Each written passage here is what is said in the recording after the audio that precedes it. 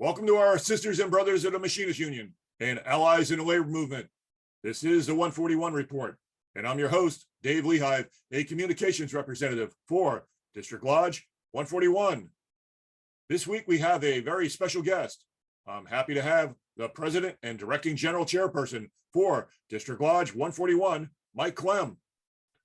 Brother Mike will be updating us on some of the things that are happening around the district and the airlines we have membership on.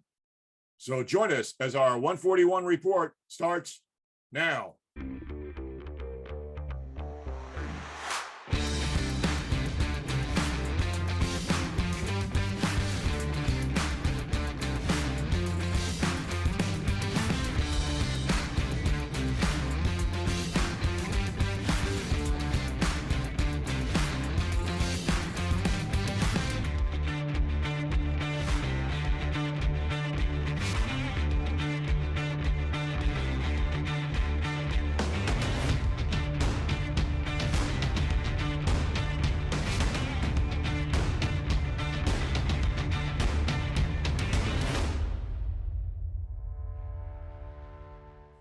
Mr. President, thank you for joining me today for this week's report. How you doing, Brother Mike? Hey, Dave, thanks for having me on. It's great to be here and appreciate your patience with you and I making this happen. It's long overdue and glad we were finally able to get it to go. You've been a busy man. So, Mike, you've been representing IAM members for some time. Can you please give our viewers your history on where you came from and how you rose through the ranks to now serve as District 141's President Directing General Chair? Yeah, so sure can, Dave. So grew up in JFK, became a United Ram Service employee in JFK right here in New York.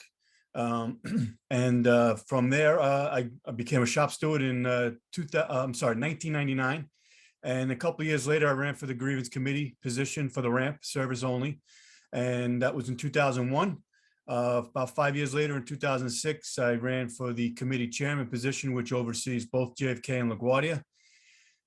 And then a couple of years later, I got tapped to run for assistant general chairperson and took that opportunity and was fortunate enough to be elected by the membership to serve this district in that capacity. And then in 2015, I became the president, directing general chairman. But quite frankly, Dave, none of this would be possible if you would just give me a minute to indulge here without the incredible support from my local lodge there in New York, 1322. And just a little quick shout out to all my brothers and sisters over in JFK and LaGuardia. So just want to thank you guys. This wouldn't have been possible without all of you from the very start. So thank you. Awesome. So Brother Mike, as President Directing General Chair, you're involved in negotiations with the carriers that you have in District Lodge 141. Can you bring us up to speed on where we are currently at with some of the carriers?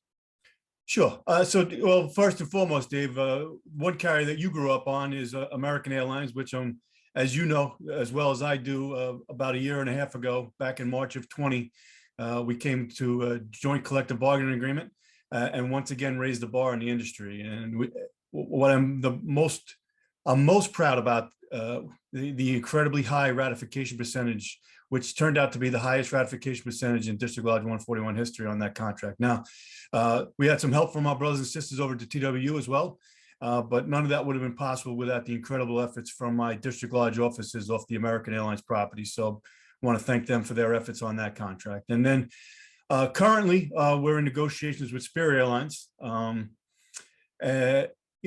With Spirit, we're in our first contract, and as is always the case, the first contract is not the prettiest of contracts, but you got to get your foot in the door and you got to start from somewhere. So our goal is to make significant progress or significant improvements in that contract. And there's not a better guy to have and responsible for that than my assistant general chairman, Tony Gibson, who oversees Spirit and is leading up negotiations over there at Spirit. So he's in tune with what the members are looking for. He's in tune with the improvements, obviously after proposals as well. And then he's got tremendous help from our committee chairman down there, Chris Willis, and the rest of the negotiating team. So we're looking forward to hopefully sometime in the fall here, having a tentative agreement for those folks to take a look at and vote on. And hopefully that happens sooner rather than later. Then over at Hawaiian Airlines, a carrier that needs no introduction, we entered an expedited negotiations. We had some success with that over at United back in 2016. So we thought we'd give it a shot with the Hawaiian Airlines. And we were making some tremendous strides there before COVID. And quite frankly, we even started to have some good meetings after COVID when we picked up a couple months ago. So we had an executive council session back in July. And we didn't get the TA. We had hoped to get a tentative agreement that week, but we didn't quite get there. So what we're going to do now is we're going to give it one more shot with getting together. And obviously at this moment right now, we have some different views than the management over there at Hawaiian Airlines on the remaining topics, which are some of the more important ones for the members. And that's, your wages, your benefits, job protection and scope, all important issues for our members. So not really seeing eye to eye with the carrier right now, but hopefully we will get there in the next meeting. And if not, we'll have to make the difficult decision whether to terminate the expedited negotiations and head into Section 6. So that remains to be seen. We don't have a definitive date on that. We're hoping to get that scheduled within the next month or so, next month to 6 weeks. And we'll communicate that with the membership once we do have definitive dates. Now, United Airlines is a different animal altogether than Spirit or Hawaiian Airlines. Those carriers rely a lot on leisure travel, which is what is filling the majority of the seats in the air today. As everyone knows, there are less seats in the air today, and the cost of those seats are even much lower than they were in the past when the industry was booming before COVID. So United relies on business travel, and they rely on international travel. Now, international travel has come back a little bit and is ahead of the curve as far as compared to business travel, but it's not anywhere near the levels it was at pre-COVID. So now, with that said, United looks like they're going to make some profits here in the third and fourth quarters, which is obviously a good sign. But we didn't see the need to prematurely jump into negotiations until we can fully gauge the landscape of the carrier. In March of 2020, we had agreed to enter expedited negotiations again. As I mentioned earlier, we had success with that in 2016. So we figured, why not? Then COVID hit, and both sides agreed to put those expedited negotiations on the shelf until we see what was going on. Now, the players have changed on both sides, quite frankly, since the 2016 negotiations. So, especially on the company side. So it remains to be seen if the new regime will be as employee friendly as the previous regime. And our members rewarded the previous regime with giving the carriers some of the best years of in the carrier's history. So hopefully that will carry over and translate into a productive and pretty quick negotiation situation coming up. Now, with all that said, we'll have a better idea if the expedited negotiations are going to work from our side of the spectrum when we canvass our members for proposals, because only the members can tell us if there's a lot of items that need to be fixed or only a few that need to be addressed. So now we expect to have a more defined agenda that we can communicate with our members once we sit down and have a discussion with United. And I fully expect that to happen sometime in the next couple of months, in the fall for sure. So, Mike, our members have been on the front lines this past year and a half fighting this COVID pandemic. I understand that we have a new development from United Airlines management. Can you talk about this? Oh, thanks, Dave. I'm glad you brought that up. United announced this morning that they're going to mandate the vaccine. For people that get vaccinated by 9/20, they'll get 1 day of pay, or they must be vaccinated within 5 weeks of FDA approval or by October 25th, whichever is earlier. So, Dave, we respect people's right to make a decision. I mean, obviously, we live in America, but the vaccine is something that's become a very hot topic across the country. We tried to encourage United Airlines to incentivize people to get the vaccine months ago, and they declined to do so. Now they're offering a day if you do it by 9/20. I hope it's not a little too late. This is obviously going to upset some people. Nobody likes to be told what to do. But COVID-19 is a very serious situation that we all need to pay attention to. So, Mike, back in January of this year, District Lodge 141 put a communications out on the website. I believe we emailed it out as well in regards to the COVID, and what airlines can do and what they can't do. Could you comment on that? Sure can, Dave. So that's right, Dave. We put out a communication, which we're going to try to recirculate that just to get everybody refreshed on what we said there. And the reason for that, we put that article out is that Scott Kirby had come out and discussed possibly mandating a vaccine back then. So we checked with our attorneys to see if the company was within their rights to mandate a vaccine. And, some people might not like to hear it, but the company is within their rights to mandate a vaccine. Okay. It's a great report, Mike. I know we got some smaller groups that are out there. We just signed an agreement, ratified an agreement with Flagship and some of the other smaller groups. You want to make a comment on those? Oh, that's a great point, Dave. I appreciate you bringing it up. We did just ratify overwhelmingly over at Flagship, which is out on the West Coast. Tremendous job by Troy Rivera, my assistant general chairman, who oversees those negotiations and is the person responsible for that group over there. And I mean, just to give you an idea, we probably from start to finish, that probably took, including ratification, it probably took 2 months. Now, I know people at Spirit and Hawaiian Airlines, and I'm sure the folks over at United are going to be like, why isn't that us? But that's not the norm. It's more of it's very rare to get things done that quickly, but I tip my cap to the management team over at Flagship, and of course, Troy Rivera and the entire negotiating team from Flagship, that they were able to get that done so quickly and so favorably for the membership. That was great news. That was great news. So, Mike, I know that District Lodge 141 has a very large executive board. I know many of them. Can you describe to me what it's like to work with such a big, talented group of brothers and sisters? Absolutely. So, Dave, you're right. We do have a large executive board, and that's because District Lodge 141 is the largest district in the IAM. I'm really blessed and lucky to have the assistant general chairpersons that I have, as well as the special reps who are out there every day servicing our membership, making sure administering the contract on the respective carriers. Obviously, the vice presidents and trustees, I demand more out of those folks than I believe my predecessors did, and they come through with flying colors and carrying the water for the whole team, which I'm greatly appreciative for. Then, of course, my secretary treasurer, who along with the trustees monitor the money of the district, which is obviously a crucial part of the business. We answer every email that comes our way. We return every call. We don't always give the member the answer they want to hear, but we give the member the factual answer. Many of our current executive board came on with me back in 2008. And since then, despite the way the industry was ravished by COVID, we've nearly doubled our membership in that time frame. So I also want to point out in the first half of so far in 2021, which we're about 7 months in now, we've won nearly $190,000 in back pay and bypass pay for our members. And that number is nearly $3 million since 2008. So in 2001 alone, we've also saved 29 jobs from people who were wrongfully terminated. And that number is a little over 1,200 since 2008. So you can see these brothers and sisters that I'm fortunate enough to have on my team here on the executive board really go above and beyond the call of duty and service the membership the way they deserve to be served. Outstanding, outstanding.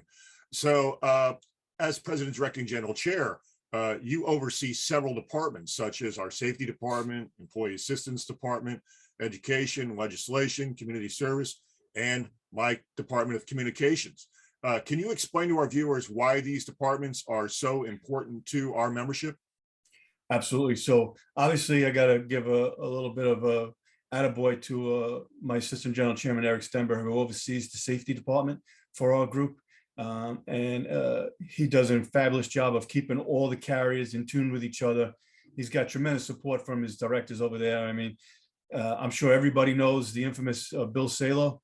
I think the most important thing I can say about Bill, besides his incredible attention to detail when it comes to safety and how much he cares about the safety of our members, is the fact that when anybody like myself comes into the role of a president, directing chairman, they usually make some changes to get their own people around and people that share the same vision.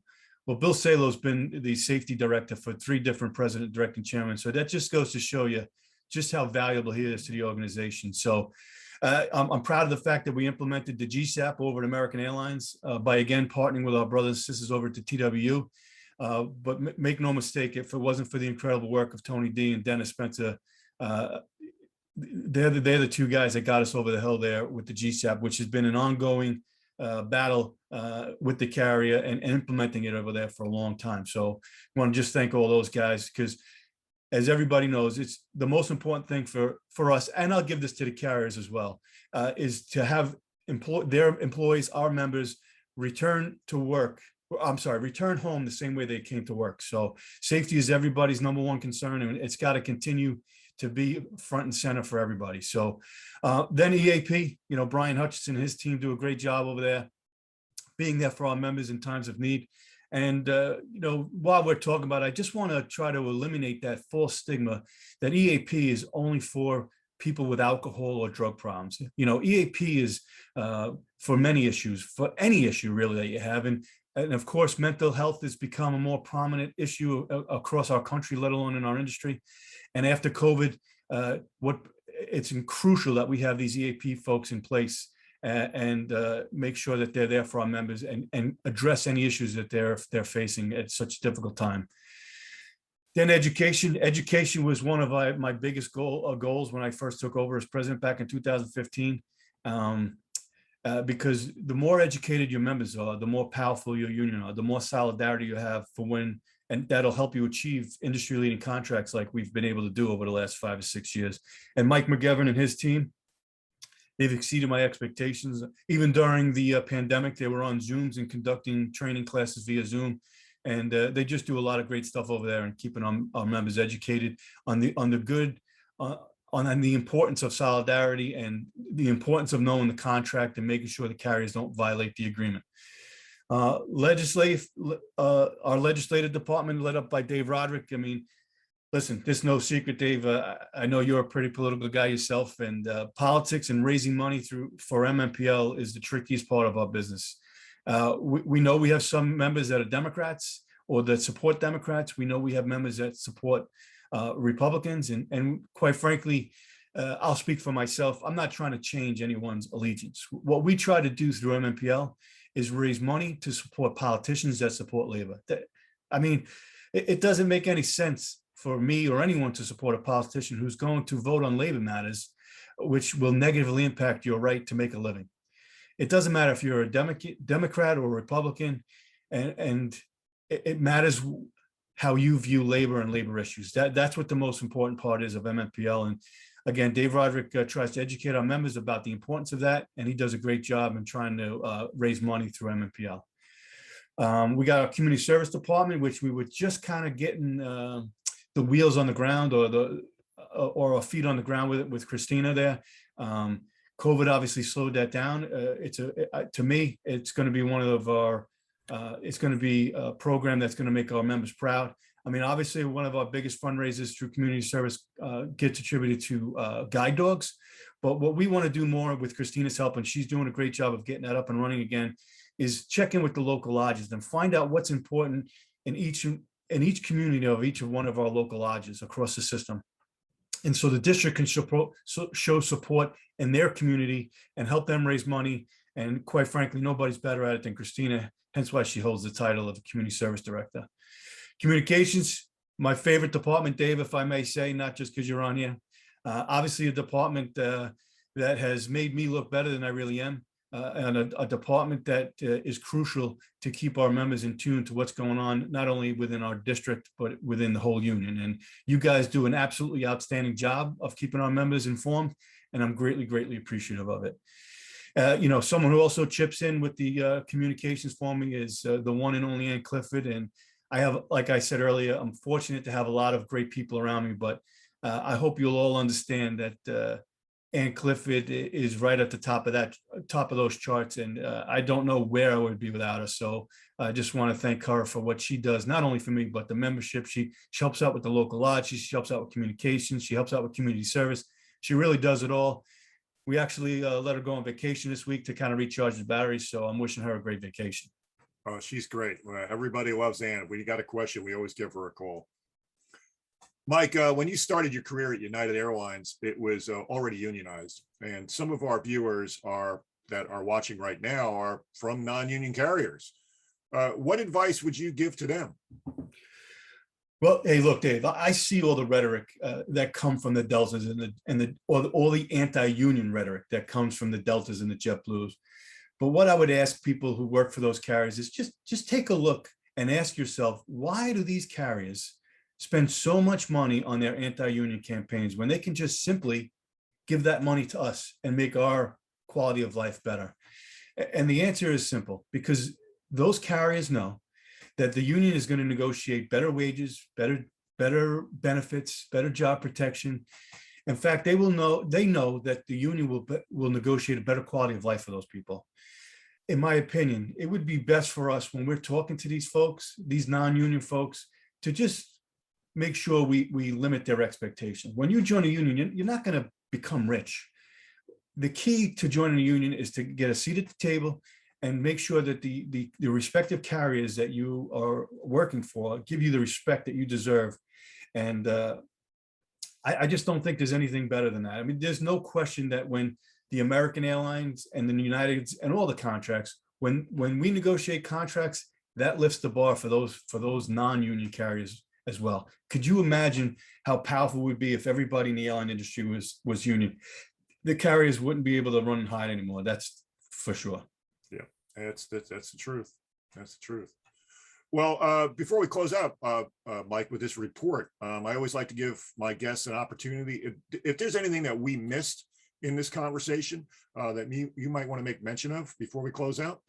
Well, if I may, David, what I'd really like to do is just kind of thank all our grievance committees out there, our local lodge offices, and of course, all our members.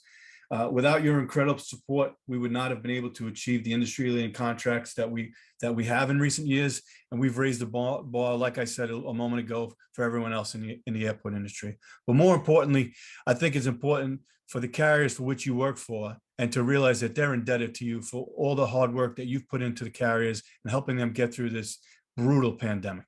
It has been a very difficult year and a half, almost 2 years now.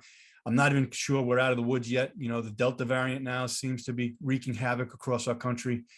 And I just wish we wouldn't politicize the COVID virus the way we are. And hopefully people get on board and make the decision that's best for themselves and their loved ones.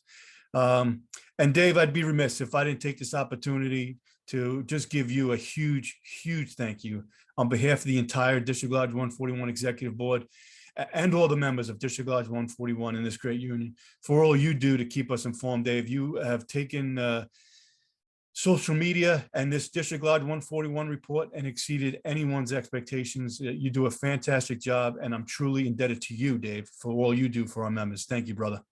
Thank you, Mike. I really appreciate you coming on today's show. Well, this wraps up this week's 141 report. Thank you to all our viewers for tuning in to watch our show each week. Just last week's report, we had over 5,800 viewers tune in. We thank everyone that continues to share, follow, subscribe to our social media sites that can be found on our main website, iam141.org. Remember also to please sign up for our emails. You can always find that up in the upper right-hand corner on the main website. Mike, once again, thanks for joining me. Everyone have a great weekend. Stay safe. Bye for now.